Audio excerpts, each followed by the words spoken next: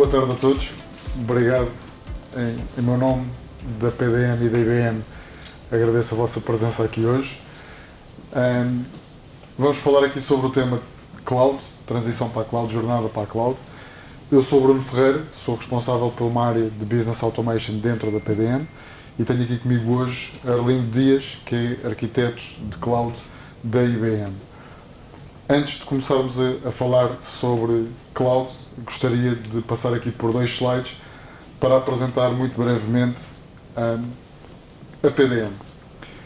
Portanto, quem é que nós somos? Nós fomos fundados em 1993, portanto praticamente há 30 anos.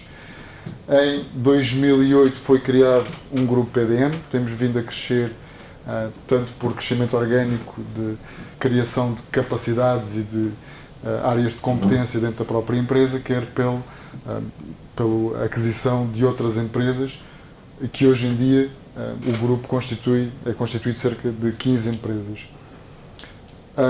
Destaco aqui, portanto, estas 2 datas, o ano 2008, em que foi criado o grupo PDM, e a parceria da IBM, do qual hoje em dia somos Platinum Partner, portanto é o nível mais alto que podemos atingir de parceria da IBM, e somos uma das 2 empresas, se não me engano, em Portugal, com essa distinção e com esse nível de parceria.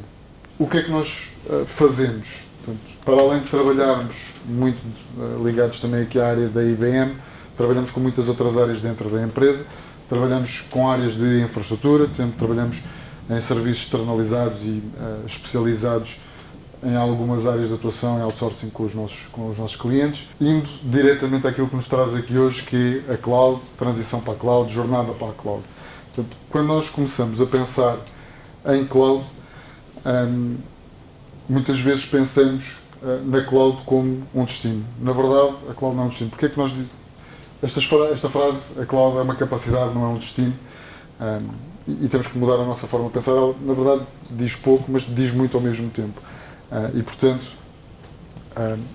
há uma tendência de, quando eu penso em desenvolver uma aplicação, criar uma aplicação em que eu quero colocar na Cloud, pensar em todo aquilo que rodeia a aplicação, não só a capacidade de processamento, mas também os dados.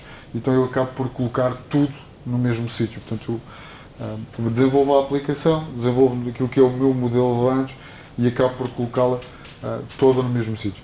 Deixa-me só. Eu vou começar já com o meu papel, porque o meu papel aqui vai ser tornar a vida do Bruno um bocadinho mais difícil. Vamos lá ver. Quando nós estamos a falar aqui de public, hybrid ou private, isto que o Bruno está a dizer é eu ter o mesmo modelo de operação e tornar o facto de ser private, hybrid ou public o mais irrelevante possível.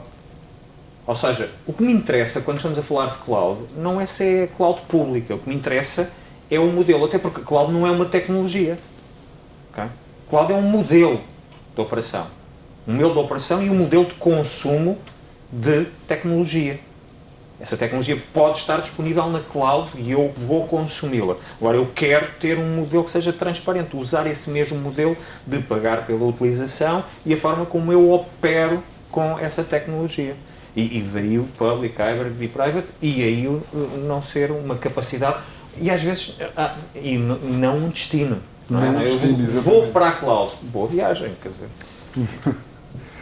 Portanto, e temos que mudar aqui um bocadinho a nossa forma de pensar sobre a Cloud. Portanto, é efetivamente aqui um veículo que nos dá as ferramentas, a tecnologia que nós precisamos de utilizar, não de colocar única e exclusivamente num local e permanecer lá.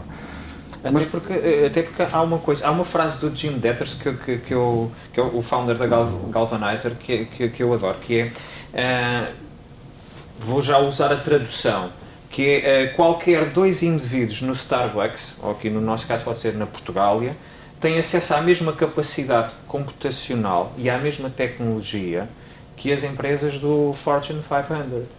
Okay? E isto é um facto. A cloud permite-nos a democratização do acesso à tecnologia. E quando pensamos em cloud, automaticamente começamos a pensar num conjunto de temas, de problemas, de questões que nos vêm à cabeça, de como é que vamos endereçar. Portanto, no fundo, começamos a pensar aqui num conjunto de desafios. E estes desafios, se nós tentarmos endereçá-los e pensar em todas essas temáticas, todos esses constrangimentos de uma só vez, eles podem se tornar demasiado avassaladores, demasiado overwhelming. E, portanto, há que pensar neles, naturalmente, e nós vamos aqui endereçar um conjunto de desafios e, naturalmente, nem todas as organizações têm o mesmo tipo de desafios. Há organizações que se vão identificar mais com algum conjunto desses desafios, com algum desses temas, e há outras organizações que se vão identificar com outros. Vamos colocar aqui um conjunto deles como exemplo e vamos falar um bocadinho sobre eles, porque eles são efetivamente muitos. Não significa que tenham que ser um entrave, têm que ser pensados, têm que ser endereçados e têm que ser mitigados, resolvidos. Portanto, nós podemos começar por pensar, por exemplo, questões de regulamentação. E a regulamentação pode ser a vários níveis. Pode ser uma regulamentação interna da minha organização, qualquer característica da minha organização tem regras e que eu tenho que seguir Sim, e standards. Há setores que têm a sua própria regulação, mas há regulação que é aplicada transversalmente. Por acaso aqui é uma coisa que nós podíamos fazer, que é quem é que se revê em algum destes desafios. É que isto não é transversal a todos. Há situações... Eu com o Bruno hoje de manhã começámos a falar aqui de desafios e depois a dada altura tivemos que parar, porque se nós começássemos a identificar exemplos para cada um destes desafios, nós em cada sítio em que estamos, os desafios são diferentes, mas pelo menos um ou outro encaixam-se. É verdade. E vamos poder aqui passar por alguns para perceberem também como é que começamos a pensar em cada um destes. Portanto, regulamentação pode ser uma regulamentação interna, pode ser, como o Orlindo estava a dizer, dado o setor onde eu estou inserido, pode ser uma questão regulamentar. Se eu estiver no setor da saúde, se eu estiver no setor da banca, se calhar, no setor financeiro, automaticamente existe regulamentação externa à própria instituição e que tem que ser cumprida, que tem que ser seguida. Tens a European Bank Authority, se tiveres com dados de cartões tens o PCI DSS, depois tens o regulador. Por acaso, o Banco de Portugal aí é o que o BCE a definir, portanto é relativamente razoável. Mas isto não é verdade, por exemplo, em Espanha, com as operações em Espanha, não é verdade com as operações na Alemanha, no setor financeiro. Mas, sim, e depois temos o RGPD que se aplica a todos. E vem aí o DORA. E tal como tivemos alguma necessidade de adaptação com o RGPD, com o DORA também vamos ter. E isto vai afetar as organizações. Exatamente. E estávamos aqui a dar um exemplo do setor financeiro, que normalmente é o mais direto, mas não só. Setores da aviação, setores de seguros, setores de telecomunicações. Portanto, haverá muitos outros setores. Saúde, que têm entidades que as regulam e que regulam a operação, que regulam o negócio e, portanto, há que ter em conta quando eu vou migrar para a cloud, até porque coloca-se logo mais 2 ou 3 temas na minha cabeça, não é? De repente, a localização dos dados. Eu, para cumprir com as minhas próprias políticas internas, para cumprir com as políticas do regulador, tenho que estar ou não preocupado se os dados vão ficar dentro da minha casa, se vão ficar dentro da União Europeia, se podem estar fora da União Europeia, portanto, numa public cloud, podem estar em qualquer lado no mundo, que não sabemos muito bem onde é que estão. Por exemplo, a localização dos dados pode ser uma decisão, normalmente há 3 tipos, não é? É uma decisão imposta por regulação, sou obrigado a ter os dados, por exemplo, no espaço da União Europeia, sou obrigado a ter os dados dentro das fronteiras de um determinado país, ou porque sim, que eu quero ter os dados naquele local. E isto é tão justificável como as outras, que é por imposição. Okay? E o porque sim pode ter motivações culturais, políticas, e atenção, no setor público isto pode ser porque sim, porque há uma decisão política de não quer ter os dados fora das fronteiras, ou pode ser uma razão financeira, okay? Porque eu quero ter os dados naquela localização porque financeiramente me convém. Exatamente. Automaticamente, quando pensamos na localização dos dados, pensamos na latência e na performance que as aplicações vão ter, e portanto... Esses dois estão sempre ligados. E esses dois acabam por estar sempre ligados, exatamente. E portanto, é um desafio, é uma preocupação que nós devemos ter, é justamente o que é que eu vou deslocar para uma cloud. Se eu deslocar os dados e ficar a capacidade de processamento dentro de casa. Isto pode soar estranho, mas já vamos ver efetivamente como é que se pode endereçar e resolver muitos destes temas de uma só vez. A questão, por exemplo, o investimento já é realizado. Há muitos clientes e a adoção à cloud, acho que é claro para todos que o caminho vai ser efetivamente cloud e, portanto, em muitas organizações, em muitos setores, a adoção à cloud já começou. Portanto, há clientes, há entidades que nos podem dizer, bom, mas eu já adquiri créditos de capacidade computacional storage numa Microsoft Azure, numa IBM Cloud, como é que eu vou gerir tudo isto de uma só vez? Portanto, e não só investimento realizado em cloud, ou seja, vou colocar aqui algo que pode parecer estranho, depois vamos desmistificar um pouco mais à frente, que é e o investimento que eu já realizei dentro de casa. Eu posso ter acabado de adquirir um conjunto de servidores, estar aqui on-prem, dentro da minha casa, e agora vou deitá-los fora, vou... Ou que libertaste porque fizeste um lift and shift de uma carga e agora ficaste com capacidade computacional no teu cluster de VMware que agora até podes reutilizar para outra aplicação, ou porque no âmbito da renegociação, eu não gosto de falar isto, eu não tenho nada contra a Microsoft, eu não tenho nada a favor, porque eu vivo sem Windows e sem Office também, orgulhosamente.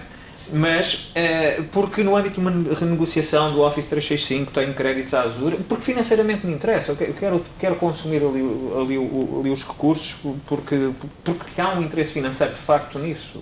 Ou seja, há aqui muitas condicionantes para considerar a variável em causa. Exatamente. Depois temos, por exemplo, a questão da agilidade. E o que é que falamos aqui da agilidade? A agilidade, estamos a pensar em, ok, eu vou para a cloud, então como é que os meus programadores vão continuar a desenvolver as suas aplicações, a utilizar as mesmas ferramentas de DevOps e colocar as soluções na cloud, seja ela qual seja a cloud, a solução. Portanto, como é que eu vou manter esta agilidade de desenvolvimento, de deploy, de monitorização, alarmística? Sim. Portanto, é com o modelo. Isto que estás a dizer, é assim, ainda há pouco também se falou nisso, também falámos nisso há pouco. Atualmente, eu acho que o mercado não se compadece com, ok, adjudiquei um projeto a um fornecedor, uma nova aplicação, portanto, e o desenvolvimento dessa nova aplicação vai iniciar-se daqui a 6 meses, porque até lá vamos adquirir hardware, vamos planear tudo, muito bem planeado. Isto já não existe. Se há uma decisão de encetar um novo projeto, o projeto começa hoje, amanhã de manhã, antes do pequeno almoço de preferência, já está alguém a começar a fazer qualquer coisa. Mas é qualquer coisa que não é no papel, é qualquer coisa mesmo para termos resultados o mais rápido possível. Portanto, este é o paradoxo com que nós vivemos atualmente. A agilidade nós temos que entregar. Ninguém se compadece. Sim, senhora, está o projeto e vamos começar daqui por 6 meses, porque isto vai obrigar a planeamento, encomendas e, portanto, já não funciona assim, acho eu. Pelo menos. É um facto. Em alguns setores, infelizmente. Sim. Mas há sempre exceção para confirmar a regra, ok? Exatamente. Bom, e depois de eu ter pensado em todas as questões de regulamentação, localização dos dados, vem outra temática que é, então, e a conformidade? Eu já pensei em tudo isto, ok? Tenho aqui um plano bem definido, mas em termos de conformidade, eu vou continuar nos meus processos de auditoria internos, externos, a poder continuar a demonstrar, como é que eu vou demonstrar essa... Portanto, e esta também ela deve ser uma preocupação que deve ser endereçada. Compliance, exatamente. Porque muitas vezes os custos de estar não compliant são superiores aos custos de não estar disponível. Eu resido em Setúbal e sei que a Câmara Municipal de Setúbal há uns dias percebeu que os custos de estar não compliant com os dados custaram, é público, 170 mil euros. Portanto, se não tivessem feito nada, quando foi na recepção a imigrantes, teria provavelmente saído mais barato o custo de não estar. Isto em algumas aplicações, o custo de não estar disponível versus o custo de não estar compliant pode ser muito mais gravoso. Ou melhor, de não estar compliant ser muito mais gravoso do custo de ter um downtime. Na análise de risco, em termos daquilo que é a operação de uma empresa, não estar compliant é um risco sério. Em termos financeiros, de impacto financeiro.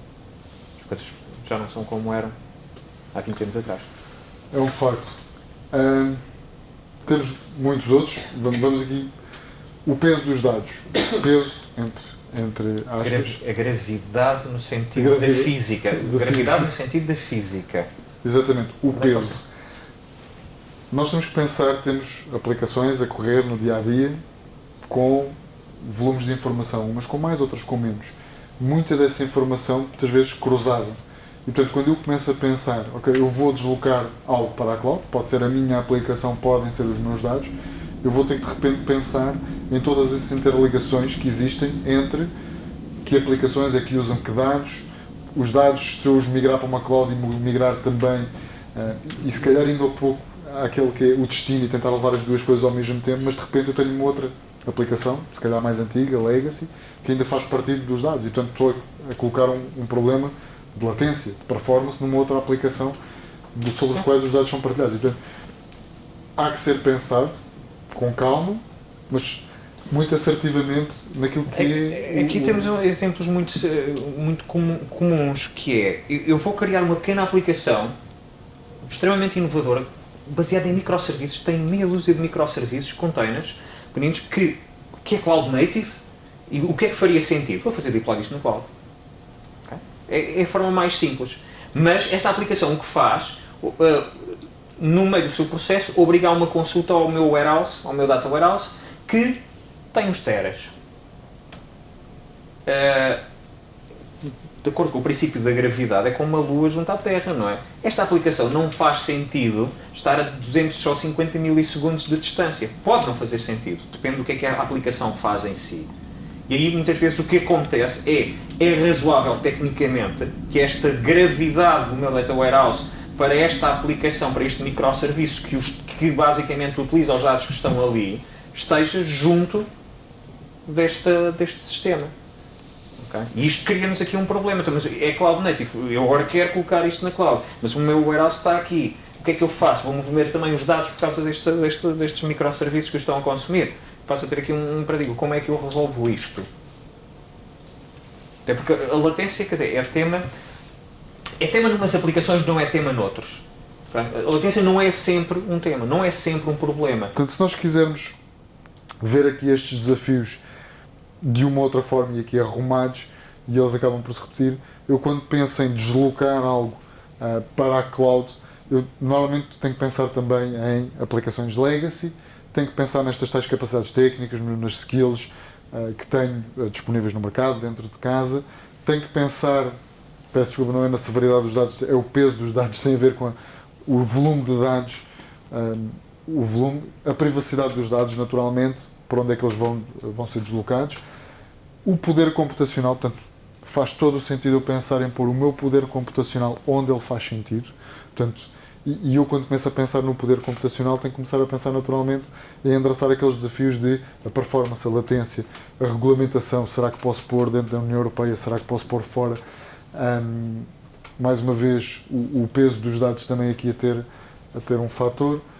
Esta complexidade de híbrido, porque o meu poder computacional pode fazer sentido para um determinado serviço e por uma questão de custo ser mais barato numa Azure, num outro ser mais barato numa IBM Cloud. E, portanto, pode fazer todo o sentido eu poder fazer esta distribuição por multi-clouds. Portanto, não posso é perder de vista aquela complexidade e como é que eu vou endereçar a temática de ter um sistema híbrido e ter um sistema em multi-cloud. E de repente, quando eu penso também, tenho que pensar a um nível de computação. Se eu vou estar a processar os meus dados, onde é que eu os vou estar a processar? E esse onde vou estar a processar está diretamente ligado com segurança dos dados, mais uma vez a regulamentação a estar aqui presente, estar compliant também com aquilo que são com as regulamentações internas, externas, que me são impostas, a privacidade e os dados dos meus clientes. Okay? Sim, aqui relativamente à computação confidencial, está a ver, confidential computing é um conceito que nos garante, para além da encriptação on transit e at rest, também durante o processamento, ou seja, algo que em teoria me permite assegurar que eu não consigo fazer o administrador do sistema não consegue fazer um dump de memória e obter os dados que estavam em processamento, que estavam em memória. É assim, isto consegue-se garantir com tecnologia para o fazer, ou consegue-se garantir eu tendo esse processamento em minha casa e tendo todos os controles para garantir que todos os meus sysadmins não vão aceder. Ou seja, há aqui duas formas de resolver isto. É de uma forma tecnológica ou de uma forma processual. Aquilo que os hyperscalers garantem, os hyperscalers quase todos, garantem é, contratualmente, eu garanto que os meus sysadmins jamais vão aceder aos seus dados e muito menos fazer um dump de memória enquanto os processos estão em execução. Aquilo que nós garantimos na cloud, e aqui nem estamos a falar quando estamos a falar na computação on-premises, é a possibilidade de ter do keep your own key, ou seja, ser o próprio cliente a ter um serviço dedicado de gestão de chaves, em que as chaves são do cliente. No fundo, ter uma HSM dedicada para o cliente, que as chaves são suas. Ou seja, mesmo que a IBM, como hyperscaler e administrador de toda a infraestrutura, queira aceder, não tem como. É uma opção. É uma garantia. É uma garantia e é um fator a tomar em conta no momento da decisão. Vamos entrar então aqui naquilo que é a jornada. Como é que vamos endereçar aquilo que é uma jornada para a cloud? E antes de entrarmos aí, como vocês já devem ter percebido, os desafios são muitos e nem todos os setores vão ter os mesmos desafios. Portanto, há uns que vão ter uns desafios e até podem ter os mesmos desafios, mas vão ter em pesos diferentes. E, portanto, não há uma receita direta, geral, que se aplica a toda a gente numa jornada para a cloud. Por onde começar? Primeiro, fazer uma introspeção de quais é que são as aplicações que eu tenho dentro de casa, se elas são aplicações que estão desenvolvidas à medida, se são aplicações que estão pré-packaged, ou seja, assentes, se calhar, em plataformas das quais eu apenas tenho que configurar e parametrizar e, no limite, eventualmente estender essas plataformas. E, portanto, ou se eu tenho aplicações em cloud e em SaaS. Eu recordo que a IBM aqui nestes 15% dizia que se formos para o setor financeiro, tipicamente aquele número baixa Bastante. para 7, 8%. Portanto, os packages são... O core business no setor financeiro não está muito voltado para as soluções SaaS. É normal. Exatamente. Portanto, e depois de eu conseguir fazer uma avaliação das aplicações que eu tenho dentro de casa, dos dados que eu tenho dentro de casa e conseguir sistematizar toda esta informação, portanto, eu acabo por conseguir ter, se calhar, uma resposta à minha primeira pergunta em termos de estrutura de decisão, que é onde é que eu estou hoje? Eu conhecer a minha realidade. De repente, eu colocar a questão é, ok, onde quero estar dentro de 2, 3 anos ou eventualmente até mais anos. Mas onde é que eu traçar aqui uma meta de o que é que se pretende atingir para começarmos a conseguir construir um caminho. E temos aqui alguns exemplos, atalhando já aqui um bocadinho para use case. Tivemos clientes que optaram por deslocar dados, mesmo que de forma encriptada, e clientes que querem mudar o seu poder computacional pelas mais variadas razões. Dentro de 2 a 3 anos. Dentro de 2 a 3 anos faz todo o sentido quando nós temos uma dificuldade naquilo que é a percepção do que vai acontecer em termos de negócio daqui a 2 a 3 anos em qualquer setor, direi eu. Ou seja, aquilo que é o planeamento estratégico, mesmo no domínio da gestão, aquilo que era planeamento estratégico, estávamos a falar normalmente a 5 ou mais anos, hoje em dia, cada vez mais planeamento estratégico, estamos a falar 1 a 2 anos. Isto em termos de planeamento estratégico. E mesmo em termos académicos isto está a mudar. Eu tenho alguns contactos nessa área. 2 a 3 anos não se coaduna com aquilo que é investimento em infraestrutura. O período de amortização legal são de 3 anos, mínimo. E, por norma, fazemos esse planeamento em termos de amortização a 4, 5 anos no máximo, já utilizando mecanismos contabilísticos de reavaliação da depreciação do imóvel. Ou seja, aquilo que é o meu período, ou seja, a utilização de CAPEX para investimentos em infraestrutura versus aquilo que é o meu planeamento a 2, 3 anos, que já estou a fazer um grande planeamento estratégico a longo prazo, isto não cabe. Isto obriga-nos diretamente a pensar num modelo de operação e de consumo da IT cloud, ou seja, passar do CAPEX para o OPEX, porque eu acabo por ser empurrado para isso por este fator. Certo. E depois, quais é que são os pontos críticos para nós na organização? Não é?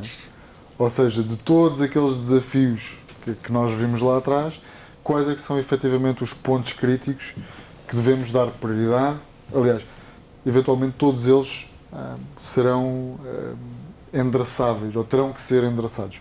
Nem todos terão o mesmo peso dentro de todas as organizações. Portanto, e algo que deve ser pensado e que deve ser encontrada uma solução depois da transição e como é que eu vou efetivamente migrar para um ambiente cloud, depende naturalmente da prioridade e o peso que cada um daqueles pontos tem ou não dentro da minha organização, e não só dentro da organização, dentro daquilo que é a estrutura também, e tem muito a ver, se calhar, com os recursos, não é? Se tenho ou não recursos disponíveis, portanto, não só de infraestrutura, mas também humanos. Okay? Mais uma vez, números aqui da IBM também, a ação a tomar nestes pontos. Portanto, se calhar 21% das aplicações não tocar, não mexer, manter, são aplicações legacy, são aplicações que por alguma razão já têm o seu ciclo de vida pré-definido, pré-estabelecido, e portanto... Ou porque está planeada uma migração a curto prazo, uma nova versão, uma rearquitetura daquilo que é a aplicação, e não faz sentido estar a mexer agora, estar a preocupar-nos em investir naquilo que lá está. E isto acontece com muito daquilo que é o parque existente, que não faz sentido estar... Existia aqui há uns anos uma abordagem dos 6 R's e vamos... Isto containeriza-se tudo, isto migra-se tudo, isto vai tudo para... Não dá. Há coisas... Quer dizer, dá. Dá. Podem não fazer sentido. Exato. Okay? Não há ali benefício nenhum objetivo. Exatamente. Portanto, pode ser custo, pode ser tempo, pode ser por uma razão qualquer. Uma razão qualquer, mas... Há situações em que não tocar é a melhor opção. 23% que pode ser pura e simplesmente lift and shift, não é? Portanto, sim, ou seja, mover, ou seja, as minhas aplicações, pelas suas características, já estão cloud ready, cloud enabled, portanto, eu posso pegar e levá-las pura e simplesmente para um qualquer ambiente cloud. Pode ser VMware para VMware, pode ser de um SAP que já esteja em ANA a replicar o ANA para o outro lado, portanto, é como está, ou facilmente fazer já essa está transição. Em containers, aí então é direto, exatamente. 31% pode ser a solução de containerizar, ou seja, as aplicações, as frameworks, a tecnologia que essas aplicações usam, os dados que essas aplicações consomem, já estão num estágio em que nos é simples ou relativamente fácil containerizar essas aplicações. E então pode ser um passo inteligente, digamos aqui, de custo-benefício, de olhar, e faz parte de olhar onde é que eu estou hoje, perceber quais é que são essas aplicações, quais é que são esses dados, tendo em conta a questão do tal peso dos dados, se esses dados não são partilhados por outras aplicações que não estão facilmente containerizáveis ou são aplicações legacy. Ali há muita... Quando fazemos containerização e mover, estas duas coisas normalmente estão muito associadas, em que eu containerizo a parte de alguns microserviços da aplicação e tal, algumas coisas, e depois faço um move da base de dados, que tenho que ir atrás das aplicações. A base de dados não vou containerizar, porque há algumas situações em que pode ser. Mas, portanto, muitas vezes essas duas vão juntas. Movo e containerizo um workload e... Exatamente. 8% refazer, portanto, não há outra solução a não ser pegar de novo no código e recomeçar e refazer a aplicação, eventualmente refazê-la já no modelo Cloud Ready, Cloud Enabled, portanto, que permita ou de containerização ou utilizar muitos outros serviços cloud, muitas vezes até serverless, não é? E poder tirar partido da carga computacional que está disponível da cloud, sem ter que propriamente alocar servidores dedicados para o efeito. Deixa-me só dar aqui uma nota relativamente ao containerizar. Normalmente o containerizar e os projetos de containerização, de simplesmente containerizar diretamente, acabam sempre depois num projeto de optimização a seguir, de alguma transformação. Porque quando estamos a falar de containerização per si, só, vou acabar com aquilo que a expressão comumente utilizada na comunidade é os Big Fat Containers. E um Big Fat Container, por norma, tendencialmente ao fim de algum tempo vai começar a criar problemas. Porque o Kubernetes, embora me dê orquestração para os meus containers, não faz magia. E se eu não tiver os containers devidamente optimizados, eu passo a ter problemas de não só de performance, como posso mais tarde começar a ter problemas de disponibilidade. Porque os problemas, em termos no mundo containerizado, o primeiro problema que eu posso ter é a performance, mas aquilo depois escala, mas depois chega a um ponto que já não escala, simplesmente não me dá disponibilidade. Portanto, sim, containerizo, mas depois tenho que olhar para aquilo que fiz em termos da containerização, porque a containerização em si é extremamente simples. É agregar tudo aquilo que são os binários que eu necessito para ter aquela aplicação a correr dentro do sistema operativo e está feito o container. Agora, a quantidade de lixo que ele lá leva e a área de exposição e os impactos que pode ter em termos de segurança e containers com mais do que 1 GB, que não são propriamente containers, mas há muitos, que eu tenho que depois tentar perceber qual é que é a área de exposição que tenho ali adicional em termos de segurança e os impactos que tem em termos de performance no meu novo mundo do cluster de Kubernetes. E por fim, 17% se calhar, por simplesmente descontinuar. Portanto, diferente do não fazer nada, é descontinuar as aplicações, deixam de fazer sentido. Desligar o botão. Desligar o botão, exatamente. O destino destas aplicações, portanto, já sei os tipos de aplicações que tenho, tomei as minhas decisões, já tenho uma ação que vou tomar e começo a planear qual é o destino destas aplicações, tendo em conta a tal questão de hybrid cloud, multi-cloud. Clouds públicas, clouds privadas ou on-prem. E aqui o on-prem, e quando falamos de cloud e on-prem, podemos estar a falar de uma cloud privada. Na verdade não estamos a falar aqui disto, estamos a falar de poder trazer efetivamente a cloud para aquilo que é o on-prem, e aqui já desvendando um bocadinho mais aquilo que depois vou pedir aqui ao Arlindo para desenvolver. Portanto, mas no fundo há que decidir qual é o destino a dar a estas aplicações e como é que eu as vou gerir, como é que eu vou manter aquela agilidade que a minha organização Fica precisa. claro que ali a diferença entre cloud pública e cloud privada é algo que não tem fronteiras claramente definidas. É perfeitamente discutível onde é que acaba a cloud pública e a cloud privada, ok? Porque, quer dizer, eu posso ter uma cloud privada na IBM Cloud, chama-se Virtual Private Cloud. Este princípio existe também na Google, na AWS e na Azure. Então, mas o que é privado e o que é público? Começa aonde? Então, mas é quando eu tenho on-premises é que é cloud privada, mas eu também posso ter uma cloud privada num provider de comunicações local, que nós temos vários em Portugal. Onde é que estão aqui os limites? Portanto, é um conceito que quando foi definido aqui o que era o conceito de cloud pelo professor Ramnath Shilap em 1997, ele na altura identificou que existiriam as clouds públicas e as clouds privadas, sendo que depois um pouco como a legislação, sai uma lei, mas depois falta a regulamentação. E quando chegou a hora da regulamentação, nunca se chegou propriamente a consenso exatamente onde é que estão os boundaries. Não existe nenhum standard do NIST sobre a definição do que é cloud pública e cloud privada. Portanto, isto são termos, são mais jargões de marketing do que propriamente uma definição. Quando chegamos à parte tecnológica, à parte técnica, eu vou falar com as pessoas de networking, o que é cloud público ou cloud privada? Para eles o que interessa é, há redes públicas e redes privadas. Tudo bem, estamos de acordo. Agora, daí para cloud deve ser pública ou privada, eu gosto mais da definição em termos de networking, que é, a rede é pública ou é privada. Acabou. Exatamente, é uma forma. Endereçamento público ou privado. 192.168, 10, privado. Outros, público. Muito mais simples, mas... É uma boa definição. Vai ser o próximo standard. Portanto, jornada para a cloud. Portanto, já dissemos aqui várias vezes, não há propriamente uma jornada pré-definida, portanto não há um caminho fixo para todos os cenários, para todas as hipóteses. Uma coisa nós sabemos, há que definir muito bem a estratégia, tendo em conta todos aqueles inputs, todos aqueles desafios, toda aquela informação que foi levantada dentro daquilo que é a nossa organização. Definir muito bem a estratégia, conhecer aquilo que nós temos, começar por algum lado, ou pelas aplicações, ou pelos dados, ou por ambos, e portanto, como disse, tivemos já 2 cenários distintos, clientes que optaram por migrar os dados pura e simplesmente deixando toda a carga computacional dentro de casa e, portanto, foi num setor privado português, foram 200 milhões de documentos que foram migrados para cloud.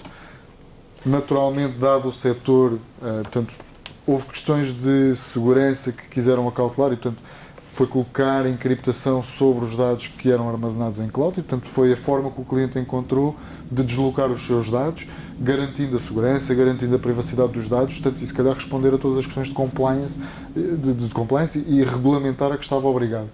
E aqui neste caso concreto, em que foi um projeto em que tivemos IBM e PDM envolvidos, que eu acompanhei desde o início, havia uma dúvida por parte do cliente sobre o facto de os dados passarem a estar na cloud com latências na ordem dos 50 milissegundos, se seria viável, se a aplicação seria utilizável.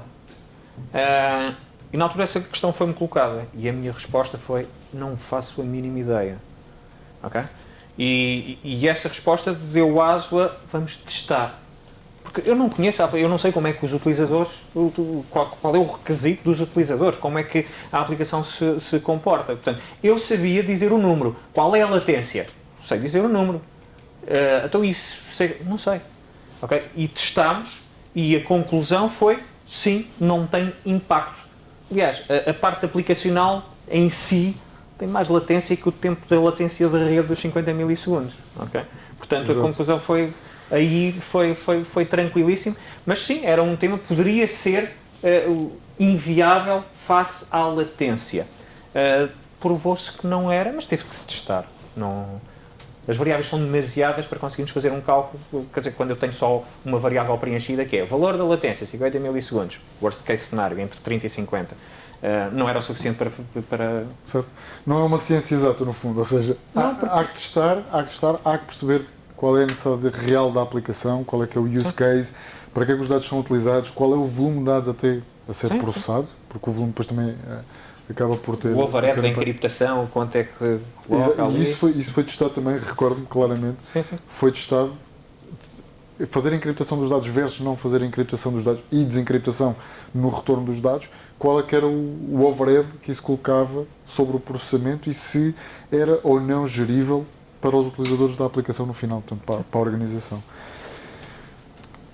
Aqui 1.3, mas de uma forma muito direta, não forçosamente por esta ordem, portanto, já perceberam que eu podia perfeitamente pegar no 3 e trocar com o 2 e ser uma jornada, portanto, isto é um exemplo de uma jornada para a cloud. Eu podia perfeitamente trocar esta ordem e ser uma jornada para a vossa organização perfeitamente válida.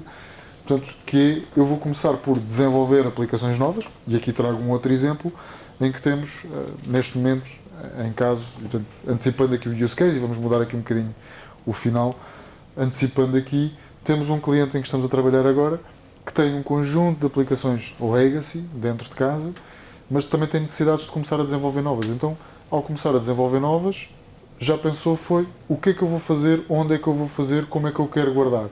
Definiu a sua estratégia para aquilo que é novo. O próximo passo e que está a dar connosco, naturalmente, é perceber dentro de casa quais é que são as aplicações que estão prontas para serem containerizadas ou que estão prontas porque são uma plataforma a ser migrada, como por exemplo uma base de dados, se for esse o caso, migrar e depois então, se calhar deixar para fim, estudar o que é que vai fazer com as restantes outras aplicações. E já chegou à conclusão, há aplicações legacy que vão ser para descontinuar, há aplicações legacy que vão ser para fazer o upgrade e se calhar durante o upgrade aproveitar e fazer essa movimentação, essa migração para a cloud. Eu acho que o que é importante reter daqui é, se tivermos este caminho, ou este conceito de eu já sei o que é que vou fazer, e se tivermos isto no nosso mindset, quando começarmos esta jornada, vai ser muito mais fácil transmitir dentro de casa para a organização, para quem está a desenvolver as aplicações, este é o nosso caminho a seguir e, portanto, traçar um caminho comum, digamos assim.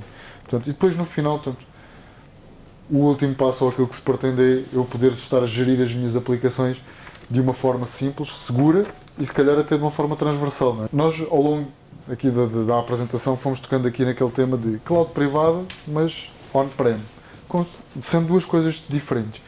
Então, mas eu posso trazer a cloud para on-prem dentro da minha casa e com isso resolver dois problemas, deixar os dados cá dentro, poder computacional cá dentro, baixar a latência. Sim. Eu agora vou convidar mesmo o Arlindo a poder descrever aqui a Mas solução. podes-me interromper, e podem-me interromper, ok? Empresta-me só isto. Podem-me interromper à vontade. Isto tem aqui algum laser point? Tem. Tem. É assim, os desafios, o Bruno já os mencionou, ok? E eu fui complementando com algumas coisas. Independentemente do desafio, qualquer um deles, normalmente não temos todos estes desafios, normalmente não tem todas estas, tudo isto em conjunto, mas qualquer um deles pode ser o disputar de, ok, eu não vou colocar o meu workload a correr na cloud do hyperscaler. Eu vou precisar de ter a cloud, mas eu quero um modelo operativo da cloud. Eu quero consumir os serviços que estão na IBM Cloud. Há lá serviços que me interessam consumir. Não é? Porque, por exemplo, do exemplo que falavas há pouco, que vamos falar a seguir, porque, por exemplo, eu posso ter eu não gosto de chamar falta de recursos, porque eu tenho um shortage de recursos, não fica mais... não tenho propriamente recursos habilitados para fazer a gestão do meu cluster de Kubernetes, do meu OpenShift.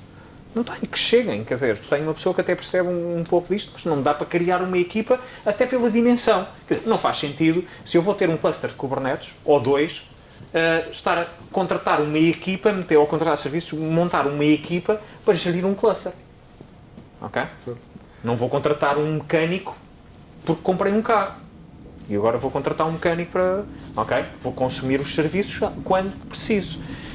Ou pela agilidade, não é? Ou pela agilidade. Eu quero consumir um serviço que está na cloud, está disponível, plug and play, digamos assim. E quero consumi-lo agora durante 6 meses. Por exemplo. Ou 3, ou até pode ser por 10 anos, mas eu não sei se daqui por 3 meses este serviço vai deixar de ser utilizado. Ok? E isto, por exemplo, quando estamos a falar de serviços, por exemplo, no setor público, a diferença entre um serviço ser necessário e ser importante e ter que estar disponível e deixar de estar é a diferença entre uma alteração legislativa. Às vezes não é preciso haver uma alteração, não é preciso existirem eleições. Basta haver uma alteração legislativa que, ok, agora deixou de, agora passou a... Okay? E eu recordo-me que de um comentário com o Presidente de Junta de Freguesia que agora que eu acabei o investimento para criar uma aplicação para o registro dos canídeos, isto passa a ser feito com os veterinários e com base numa outra base de dados, depois do investimento. Porquê? Houve uma alteração legislativa. E aquilo que foi um investimento, se estivermos num modelo de eu estou a utilizar e quando deixo precisar, ok, não estive a investir, torna-se mais simples. Isto, um motivo para eu consumir serviços que estão em cloud. Agora, eu quero consumir estes serviços, mas tenho problemas de latência, problemas de segurança, problemas de compliance, eu quero o compliance que a cloud já me dá, porque eu não tenho uma equipa de 20 pessoas para implementarem todos os mecanismos de controle, porque o compliance tem a ver com a postura, como é que eu estou hoje, quando tiro uma fotografia, é como é que o meu sistema está hoje. E é esse o compliance que me interessa, não é o compliance de vem o auditor e eu vou buscar os logs para ver como é que estava. Não, é o compliance, eu quero saber como é que está o meu compliance hoje. Estou a ser compliant ou não? Porque se é como é que eu estava há 6 meses, que eu tenho que verificar como é que estava a partir do login, se alguma coisa não estava bem, já estou autuado. Okay? Já estou a incorrer naquilo que é o incumprimento. Portanto, a solução da cloud distribuída é, se eu não me dá por algum daqueles motivos, e um dos motivos válidos, que eu aceito perfeitamente, é simplesmente porque não quero. E é válido. Então, aquilo que faço é, seja de que serviço for, eu quero um destes serviços, eu levo a cloud para o meu data center. E quando eu digo o meu data center, é o meu ou aquele data center que eu estou a utilizar. Pode ser de um terceiro. Pode ser aqui o teu portátil. Pode ser se tiver 16 GB de casa, RAM. aquele que eu tinha lá em casa. Pode ser, perfeitamente. Tem alguns requisitos mínimos. Mas é assim, o requisito aqui, o princípio é externalizar, tornar efetivamente uma commodity aquilo que é a capacidade computacional. Isto até pode ter impacto em termos de responsabilidade, em termos de sustainability, não é? Do ESG. Porque que é tirar o máximo partido daquilo que é capacidade computacional. Ou seja, em termos, na nossa perspectiva, a computação, CPU, memória e storage é uma commodity. É irrelevante. Ok, vamos consumir onde faz mais sentido. Porque aquilo que importa são os serviços. Isto é que importa. E eu tanto executo estes serviços na cloud, na infraestrutura que a cloud IBM disponibiliza, como os posso executar no meu data center, na fábrica, numa remote facility, ou seja, no edge, ou noutras clouds. E o que é que eu tenho como requisito? Bom, tenho que ter máquinas virtuais, ou físicas, não interessa, é irrelevante. Tenho que ter sistema operativo Linux. Tenho Linux, e o que eu faço a seguir é escravizo estes Linux para a cloud. Passam a ser geridos pela cloud IBM. E isto significa que, a partir do portal, do catálogo que eu tenho de serviços, eu passo a poder criar estes serviços não só nos data centers que a IBM disponibiliza, Frankfurt, Madrid, Dallas, Londres, Milão, Paris, mas passo a poder usá-los, implementá-los, instalá-los na localização que eu escolhi. Pode ser o meu data center, sala 3, o que for, onde eu tiver a capacidade computacional que eu escravizei. Ou seja, estamos a trazer a cloud. Estamos a trazer a cloud para o meu data center. O meu data center, leia-se, pode ser noutro hyperscaler. Não interessa onde está.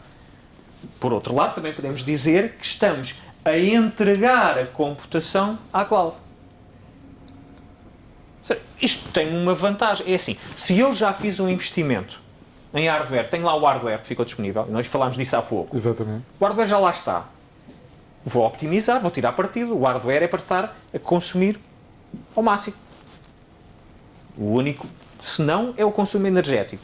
Mas tirando isto, o que eu quero é tirar partido dos investimentos já feitos. Se eu já tenho uma subscrição de Azure, por muito que não me agrade, é algo que é muito comum. Já lá está, os créditos existem. Eu posso tirar partido do IaaS da Azure e, em cima da Azure, fazer deploy de um cluster de OpenShift a partir do portal da IBM Cloud. Portanto, eu vou aprovisionar serviços da IBM Cloud na Azure. Sim, não tem problema. A Azure eu pago CPU, memória e storage, e a IBM o preço do serviço em termos de software, do software que for utilizado, do serviço de gestão.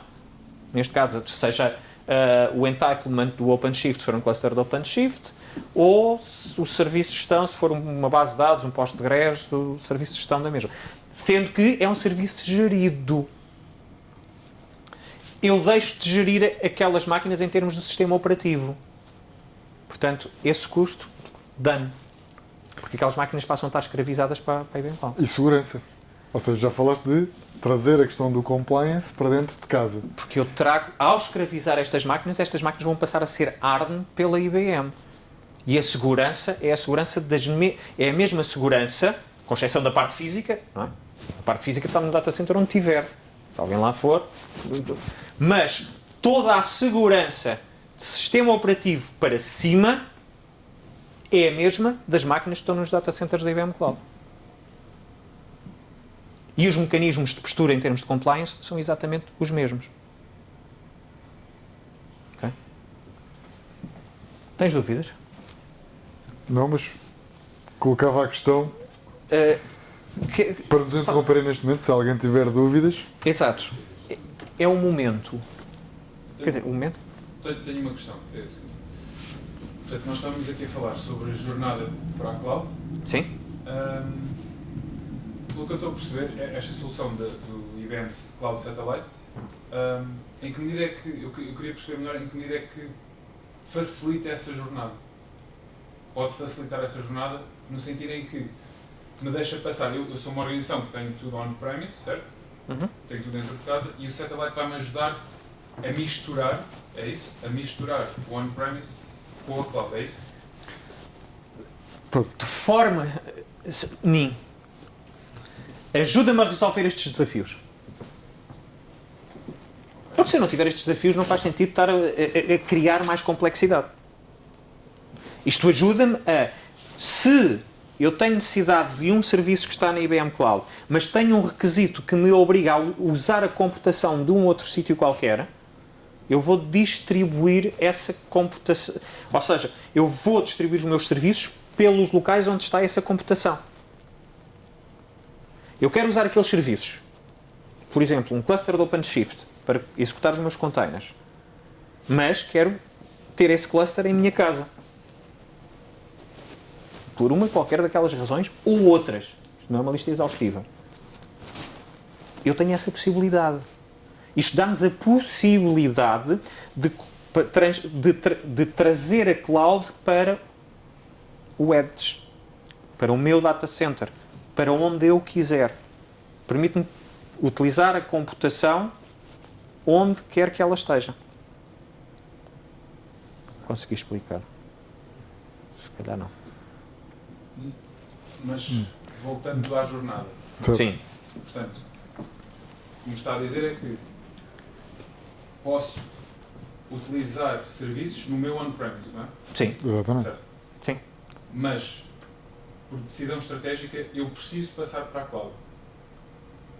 Não necessariamente apenas usar os serviços. Vamos voltar ao início. A cloud não, ao início, aos primeiros slides. A cloud não é um destino. É uma capacidade. Eu decidi adotar o modelo cloud. Onde é que eu vou adotar, em termos de computação, eu passo a ter essa escolha. Eu sou livre de optar por onde é que quero consumir estes serviços. Eu quero consumir um serviço, mas se eu tenho algum destes desafios, eu estou livre de o fazer, onde eu quiser. Ok? Portanto, e o que isto dá? Atenção, o satellite não é uma solução miraculosa, não é algo aplicável em todos os casos. Digamos que é o meu canivete suíço para além daquilo que é o standard, me resolver aquelas questões. Ou seja, permite-me ter cloud distribuída. Eu tenho os meus serviços da cloud onde quer que eu pretenda, onde precise, onde faça sentido. Ok? Esclarecido. Ok. Certo? Só uma questão. Sim. Imagina que eu tenho a minha cloud na on-premise e estou a correr os serviços e de repente tenho um problema de hardware. Sim. É um problema. Não. Vamos lá ver. Estes serviços são todos baseados por baixo. Quando nós fazemos esta... Isto não há aqui magia. Ok? Isto funciona para serviços... Parem, eu nunca falei em IaaS, porque não faria sentido ter IaaS em cima de IaaS. Portanto, isto são serviços e o que vai acontecer nestas máquinas Linux que estão aqui, estas máquinas vão passar a ser worker nodes de clusters de Kubernetes. Elas estão escravatizadas, mas eu corto, avaria uma. Avaria uma. Como a plataforma disto é Kubernetes, se avariar uma é um worker node. E sendo um worker node, imediatamente das duas uma, ou os outros assumem... Mas eu não tenho mais capacidade. Se eu não tiver mais capacidade, O que é que acontece? das duas uma, ou a aplicação... Sim, Não, ia para responder. Se isso for tendo em conta logo na fase de levantamento, de que é uma aplicação crítica que eu vou ter que colocar, não faz sentido eu colocar toda a aplicação dentro do mesmo servidor físico, não é? Se o servidor físico for, eu fico sem nada. Mas eu tenho a capacidade para ir buscar poder computacional, por exemplo, a uma cloud, meter os servidores se calhar em stand-by, parados, e no dia em que os meus físicos dentro da minha casa pararem, então eu tenho ali nós disponíveis, prontinhos. Se eu configurar no início, é possível que eu salte imediatamente para uma cloud privada. Para uma cloud, uma outra qualquer cloud. De modo transparente, em que eu não tenho que ter o meu sysadmin em Sim, porque isto baseia-se em Kubernetes. Exatamente. Ou seja, eu posso, na minha configuração, primeiro, eu na configuração dos Kubernetes, eu vou definir aquilo que são os resources e os limites, quando os pods arrancam, não é? E quando me falha um worker node, eu tenho que ter as minhas políticas definidas para aquele namespace. O que é que acontece quando um worker node morre? Um worker node está associado a uma máquina virtual ou uma máquina física. Aqui poderemos ter o problema de, ok, eu até tenho múltiplos worker nodes, mas estão todos na mesma máquina física. Bom, eu estou a correr um risco se essa máquina física morrer. Então, o que eu devo ter aqui é um mecanismo que me permita que esses containers, esses worker nodes, e aqui estamos a falar dos worker nodes associados ao cluster, possam levantar numa outra cloud, ou na cloud IBM, ou num outro data center onde eu tenha capacidade. Isso é possível de fazer de modo transparente. Isto é possível de fazer de modo transparente. Atenção uma coisa, que é possível fazer de modo transparente ao nível do Kubernetes. Ok? Isso é possível fazer. Atenção que eu posso ter aqui limitações. O que é que eu estou a utilizar por baixo destes meus Linux? É o quê? É VMware? Pronto. Mas com VMware, o que é que eu tenho em termos de clustering? Não é? Que capacidade é que eu tenho de clustering para fazer vMotion quando um host falha? E essas máquinas, essas VMs passam para o outro. Então o problema não se coloca. Sim, mas obriga a intervenção manual. Pelo menos neste momento é assim. Mas não deveria. Porque o DRS permite-nos fazer o scheduling e o move. A Motion tem uma licença associada. Pronto, ok, certo. Vai dizer, há ali umas formas que dá para ultrapassar isso. Mas pronto, há solução para isso. Ou seja, nós na fase de desenho temos que identificar claramente o que é, ou seja, isto não é uma solução miraculosa. Eu tenho que perceber qual é a tecnologia que estou aqui a utilizar e como é que eu posso garantir a resiliência disto. Porque, é assim, nós garantimos a resiliência daquele serviço a correr em cima destas VMs ou máquinas físicas. São Linux, mas nós só gerimos do sistema operativo para cima. Ou seja, nós garantimos, enquanto houver capacidade computacional cá por baixo, que isto está disponível. Mas é a própria arquitetura, o próprio orquestrador que é Kubernetes, que nos dá essa garantia. Assim eu tenho a capacidade computacional. Onde é que eu vou buscar capacidade computacional? É uma questão de nós definirmos. Onde? E como? Em que circunstâncias é que eu salto para o outro lado? E esse salto eu só pago quando saltar. Ou a priori tem que ter... Não, aqui é sempre, eu só pago pelo aquilo que estou a utilizar. Mas pelo facto de eu poder usar, não é? Poder fazer um salto por não ter... Não, isso é configuração. Isso não tem custos. O que tem custo é a utilização, o consumo. Tudo aquilo que é configurações para saltar, para auto-scaling, para aquilo que for, é configuração. Ok? Isso é configuração e, aliás, que eu posso fazer em vários níveis. Eu posso ter essa configuração automatizada em workspaces de schematics, eu posso ter isso... uma forma infindável de o fazer e que é tudo coisas que estão fora daquilo que é os consumos do serviço e fora daquilo que é os consumos de computação. Portanto, fora disso. Não sei se tem mais questões. Mais questões. Comentários. Nós no final tínhamos aqui também os use cases, mas os use cases nós já os fomos colocando e portanto podíamos mostrar isto a funcionar. Era uma hipótese. Ok. Esta frase de um senhor da Gartner. Está a ver, a Gartner, no último Magic Quadrant, continuou a colocar a IBM Cloud como niche player, sendo que identificou, e se lerem o relatório, uma série de fatores muito positivos. Nomeadamente, sim, são um player de nicho, sobretudo porque só trabalham com as grandes empresas, nomeadamente as empresas do índice Fortune 500 e coisas do género. Sim, é um nicho que nós não escolhemos propositadamente, mas é um nicho com muita exigência. E a Gartner identificou que nós fomos o que mais melhorou, para além de estarmos no topo, mais melhorou em termos de resiliência. Ou seja, tem existido um investimento muito forte em garantir resiliência, garantir a não existência de incidentes graves. Incidentes eles vão de ocorrer sempre, okay?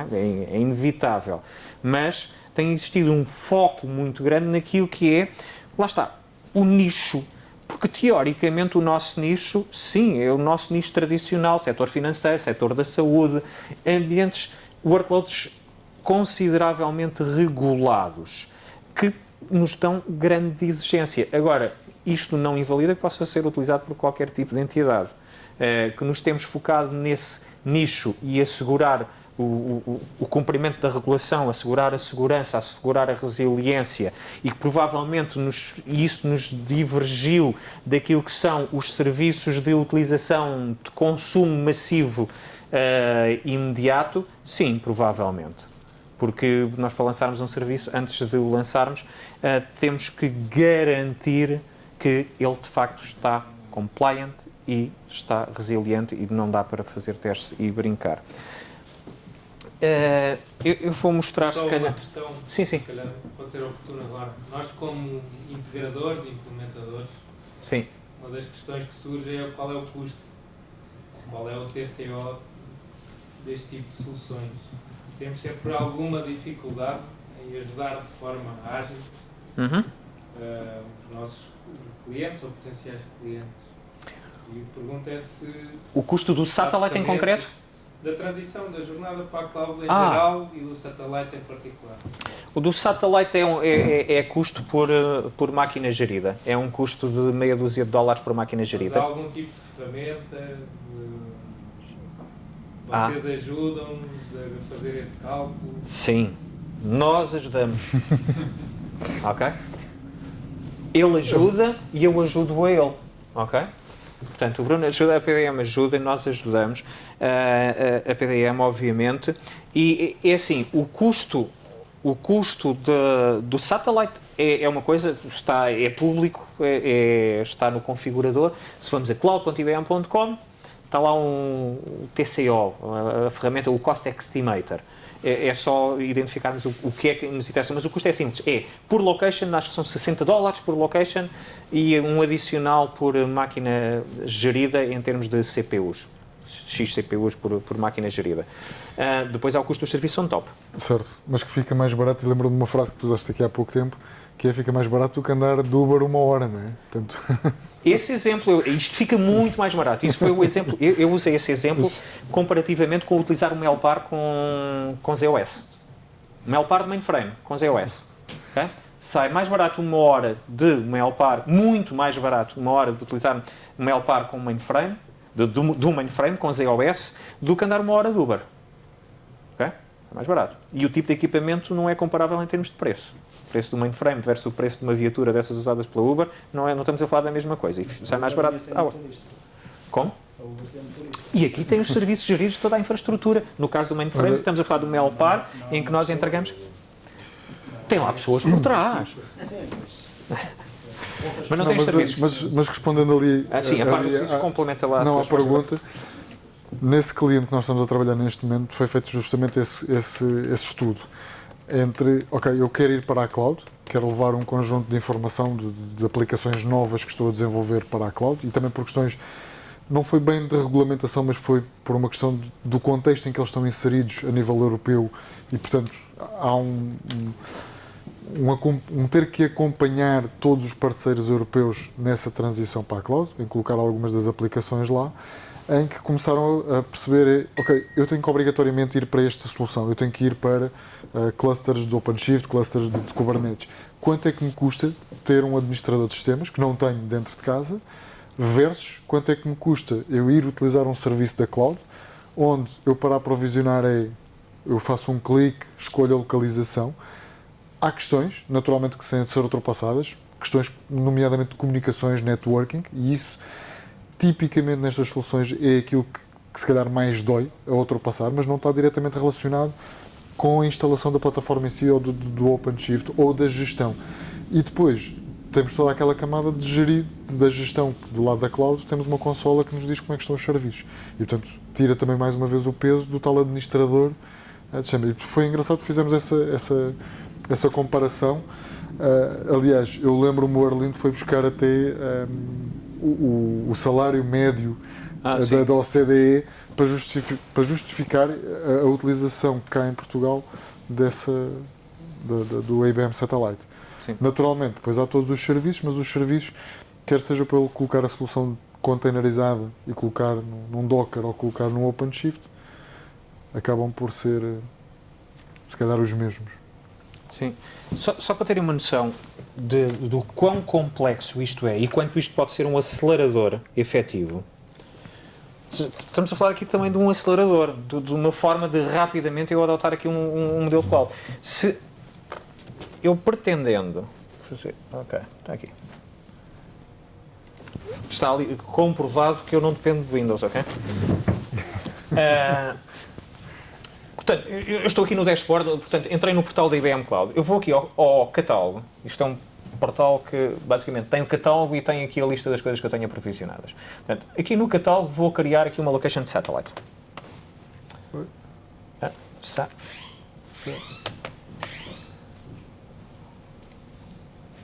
o que eu tenho que fazer quando vou criar um satellite, portanto, vou criar aquilo que é o conceito que vos estivemos a explicar. Portanto, eu começo por criar uma location.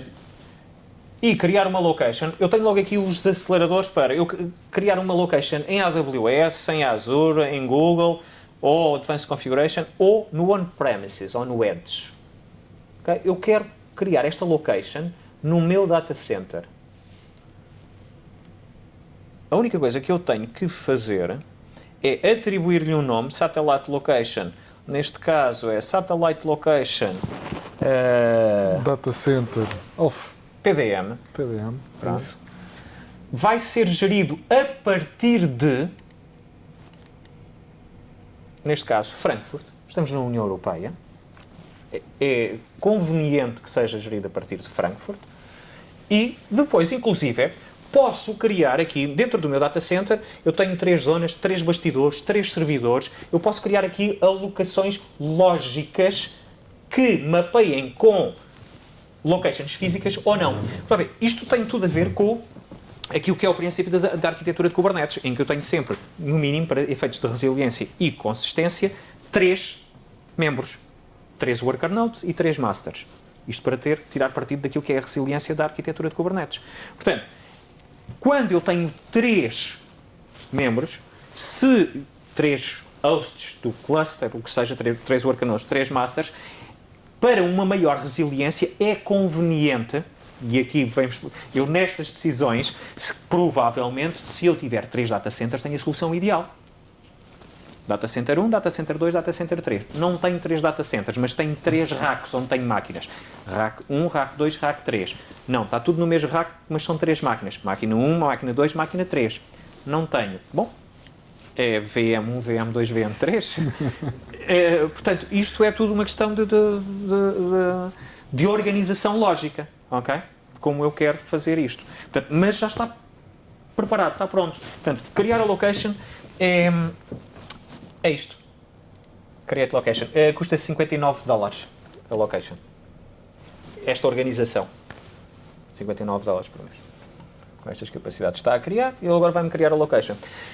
Depois de criar a location, aquilo que starting to create a location, o que é que eu vou ter que fazer a seguir? Ok. Satellite documentation. Attach hosts to your location. Portanto, eu já criei a location, agora tenho que lhe dar capacidade computacional, tenho que lhe entregar máquinas. Portanto, criei uma location, criei o meu data center. Portanto, eu acabei de criar um data center. Agora vou acrescentar-lhe máquinas. Como é que eu lhe acrescento máquinas? Portanto, isto vai-me gerar um script. Estão aqui os System Requirements. Ele gera-me um script que eu vou dar novo XPTO. Ok, sim senhor. Download script. E pronto, tenho aqui o script. O que é que eu tenho que fazer? Eu tenho que colocar este script na minha máquina Linux. Eu aqui não me convém executar isto, por razões óbvias. Eu vou executar este script e aqui, com a execução deste script, eu entrego a alma ao criador da máquina. Portanto, a máquina a partir deste momento passa a ter o acesso de root, passa a ser, reparem que ele faz ali um systemctl, stop IP tables services, disable IP tables, mark IP tables, stop, firewall, portanto, vai começar por destruir a máquina e entregar esta máquina para se passar a ser administrada, escravizada para a IBM Cloud. Passa a ser um recurso computacional da IBM Cloud. E isto significa que, a partir deste momento, que eu tenho que seguir este passo, depois tenho que configurar o control plane, que é para fazer a administração aqui do meu ambiente, e finalizar a localização. Com a localização finalizada, eu passo a poder utilizar esta localização como mais um destino dos meus serviços. O mais comum de todos. E é mais comum porque estamos numa fase de containerização, estamos numa fase de adoção de Kubernetes e há uma carência de recursos para a administração de Kubernetes no mercado. Portanto, quanto tempo é que demorariam para criar um cluster de Kubernetes pronto para entrar em produção? Pronto para entrar em produção. 20 minutos, certo? No máximo. 5. É possível, não é? Porque eu chego aqui já compliant com encriptações, com a monitorização, com tudo, pronto para day to operations e gerido. Ou seja, eu neste momento tenho aqui a possibilidade de criar um cluster de OpenShift, um cluster de Kubernetes com OpenShift, em que, reparem, Secure Technical Preview com VPC Cluster with Secret Encryption, quando eu tenho regulação que me obriga a fazer isto. Numa situação, um cluster OpenShift simples para entrar em produção. Eu tenho a opção de utilizar em Classic Infrastructure, em Virtual Private Cloud, isto é tudo na IBM Cloud, ou em Satellite. Ok? Porque se eu for aqui em Classic, eu terei que escolher depois o tipo, qual é a localização. Reparem, tenho aqui, este é o Resource Group, na América do Norte, ou na Europa, e depois dentro da Europa, Single Zone, tenho aqui, posso escolher aqui, mas isto são os data centers da IBM, ok? Mas eu não quero aqui, eu quero no meu data center da PDM. Então vou escolher, ao invés de escolher um data center da IBM, eu vou fazer deploy do meu cluster de OpenShift nesta satellite location, e eu posso ter tantas locations quanto eu quiser. Isto não é uma location por data center. Dentro do meu data center posso definir múltiplas locations. Portanto, isto dá-me uma flexibilidade brutal. E eu, a partir deste momento que escolho esta location, ele vai-me dizer que não, porque não tenho máquinas. Mas se tivesse máquinas, basicamente o que eu iria passar a ter era, aqui com um custo de $527, um cluster, utilizando a minha capacidade computacional, com o entitlement do OpenShift, mas estamos a falar de um cluster com a capacidade computacional que eu definir aqui, e tenho que ter essa capacidade computacional do outro lado, como é óbvio, no meu data center, e com pronto a funcionar. Okay? Ao fim de uns minutos, dependendo da performance das máquinas que eu entregar ao satellite, ok? Mas ao fim de uns minutos tenho e da largura de banda, que aqui vai haver software a ser descarregado para cá, ok? Eu passo a ter um cluster de OpenShift a funcionar. E não preciso de perceber nada de OpenShift. E, by the way, posso fazer isto tudo por linha de comando. E posso ter isto tudo automatizado. Okay? Posso ter isto declarado em Terraform, posso usar Ansible para fazer isto, posso apagar o que mata cluster, cria cluster. Isto já para não falar dos worker nodes. Com os próprios clusters posso fazer isto tudo por linha de comando. É isto. É que isto, o conceito pode parecer complexo, mas depois de percebermos como é que isto funciona, isto torna-se ridiculamente simples. Certo. Questões? Penso que não há questões. Então, nós temos aí exemplos, tu tinhas aí a parte do use case. Eu gostava de dar 3 exemplos dos primeiros adopters de satellite, que são referências da IBM. AT&T, Equinix e Colt. Okay? Porquê? a Colt Comunicações, Equinix Comunicações e AT&T. Porquê? Há uma razão objetiva de alterações no negócio destas três entidades, que é o advento do 5G e do, quiçá, que aí vem 6G. Mas o que é que isto implica? Para reduzir a latência nas comunicações, o 5G implica a utilização do conceito de Network Function Virtualization e de ter computação junto ao Edge.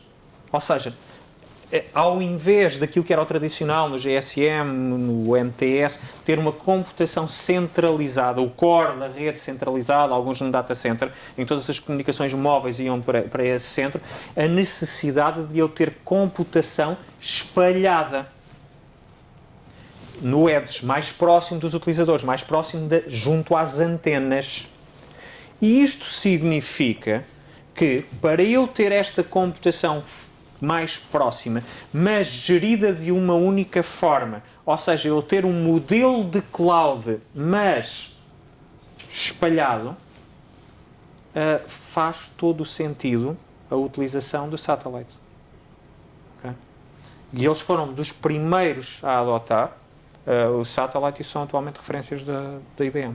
Okay? Porque a motivação, reparem, estamos a falar de empresas de telecomunicações que não é propriamente problema, não têm falta de espaço em data centers, não têm falta, provavelmente, de equipas terão capacidade de contratação, mas sim a utilização do modelo e utilizar no Edge, utilizar naquilo que é o princípio de cloud distribuída, que é uma realidade no modelo de negócio destes operadores, sobretudo com a adoção do 5G. É uma necessidade premente destes senhores. Certo. Questões? Já colocava outro. Relativamente às comunicações, falou-se que uma das vantagens do satélite era a baixa latência. Sim. Só para confirmar que o que conseguimos então é comunicar diretamente. Se a máquina estiver em minha casa, eu tenho um endereçamento de rede qualquer que me permite comunicar diretamente com ela. Sim. E os serviços não têm que ir ao data center do Não. IBM para depois voltar. A única comunicação que há com o data center IBM é para gestão. É uma coisa chamada Satellite Link, que é uma VPN para gestão. Se eu tiver também workloads a correr na IBM Cloud, então nesse caso eu vou ter latência entre o que está no Satellite e aquilo que está na IBM Cloud. Okay? Mas se for no data center de Madrid, a latência também já é mais baixa. Mas sim, aí porque nada vai à cloud. Essa é uma das grandes vantagens. Está ali, utiliza o endereçamento. Eu posso escolher o endereçamento que quiser, com exceção do endereçamento que estiver restringido a endereçamento que não podemos utilizar. Mas isso está documentado. Há ali algumas redes que são usadas internamente, inclusive pelo serviço de Kubernetes, por exemplo, que são os endereços uns 172 qualquer coisa. Há ali algumas redes que não... Tirando isso, eu uso o endereço que eu entender. E as regras, estamos a falar de máquinas que estão no meu data center. Estão ligadas ao meu switching, ao meu routing. Ok?